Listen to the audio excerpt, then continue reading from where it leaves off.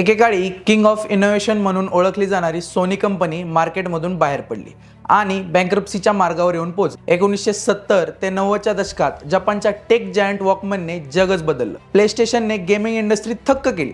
आपल्या innovative प्रोडक्ट्सने market acquire करत Sony $100 billion market कॅपिटलवरती पोहोचली। क्वालिटी हा त्यांचा कॉम्पिटिटिव्ह ॲडव्हान्टेज बनला। क्वालिटीमध्ये त्यांच्या जवळपास कोणीही येऊ शकत नव्हतं, पण 2000च्या दशकामध्ये त्यांचे काही निर्णय चुकले।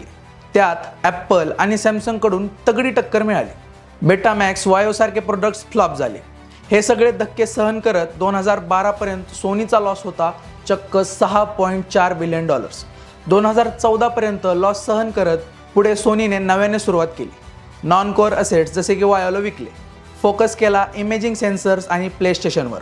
मात्र 2014 हे सोनीसाठी टर्निंग पॉईंट ठरलं आणि पुढे सोनीची दशा आणि दिशा दोन्ही बदलल्या।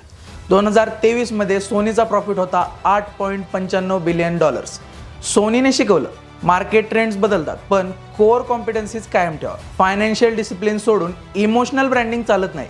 मार्केटमध्ये टिकायचं असेल तर diversification plus innovation plus focus हेच महत्त्वाचं आहे। याच गोष्टीवर काम करत आज सोनी एंटरटेनमेंट, गेमिंग आणि सेन्सर्समध्ये अनडिस्प्युटेड किंग आहे।